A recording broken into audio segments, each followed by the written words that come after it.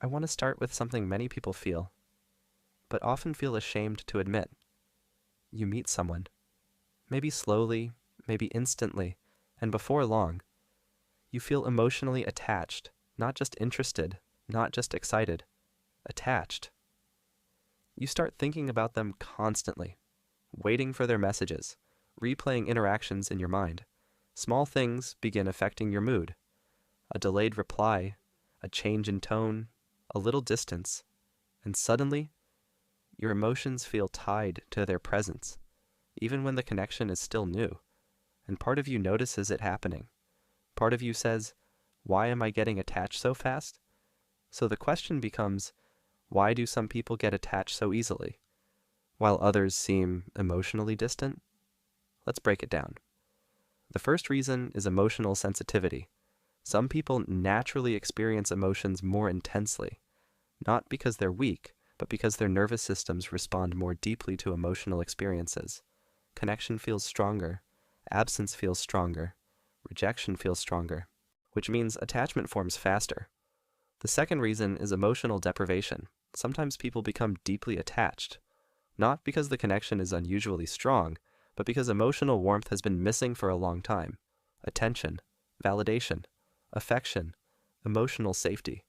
When your nervous system hasn't experienced those things consistently, even small amounts can feel emotionally overwhelming, like finally receiving something your mind has been starving for. The third reason is anxious attachment. If your emotional experiences in the past felt inconsistent, your brain may have learned something very early. Connection can disappear. So when someone makes you feel emotionally safe, your nervous system quickly holds on to them, not casually, protectively, because attachment starts feeling connected to emotional survival. The fourth reason is imagination. Attachment doesn't only come from reality. Sometimes it grows through imagined possibilities. Your brain starts building emotional scenarios, future conversations, future closeness, future versions of the relationship, and the more emotionally vivid those imagined experiences become, the more attached you feel, even before the relationship fully exists. The fifth reason is emotional projection. Sometimes you don't only see the person, you see what they represent emotionally. Comfort, safety, acceptance, understanding. And once someone becomes emotionally symbolic like that, attachment deepens quickly because your mind is attaching not only to them, but to the feeling they create inside you. The sixth reason is loneliness. Loneliness changes the way the brain experiences connection. When someone emotionally isolated finally feels understood, the nervous system reacts strongly because connection suddenly feels rare, important, necessary, and emotionally important things naturally receive more mental attention. The seventh reason is self-worth. Some people unconsciously connect attachment to validation. If this person wants me, maybe I matter. Maybe I'm enough. And when your self-worth becomes emotionally connected to someone's attention, attachment becomes much more intense. Because now, losing the connection feels personal. The eighth reason is overthinking. Some people don't just experience connection naturally, they mentally live inside it, analyzing every message, replaying every interaction, searching for hidden meaning constantly.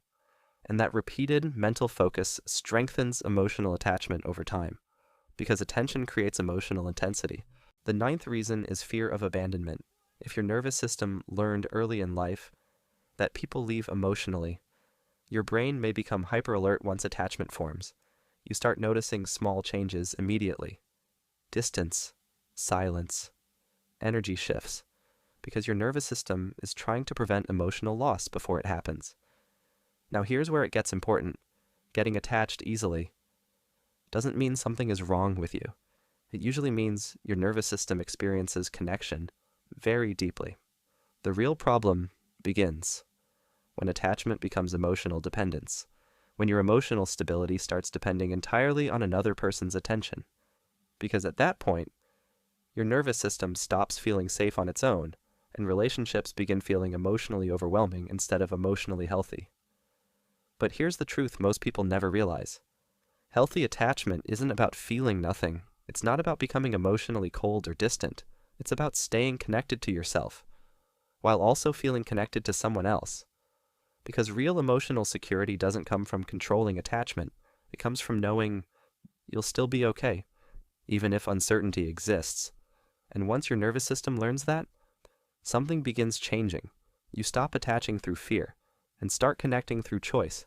The relationship still matters. The emotions still feel real. But now, you're no longer emotionally disappearing inside the connection. You can care deeply without losing yourself completely. And maybe that's the real shift. Not becoming someone who never gets attached, but becoming someone who no longer needs attachment to feel emotionally safe. Because the healthiest connections are not the ones where two people emotionally cling to each other out of fear. They're the ones where two people feel safe enough to stay connected without losing themselves in the process. And once you begin understanding that, you start noticing something important. A lot of attachment isn't actually about the other person alone.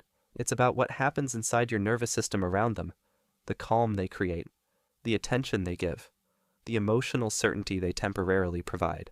Because when someone makes you feel emotionally seen, your brain naturally wants more of that feeling, especially if you've spent a long time feeling emotionally disconnected.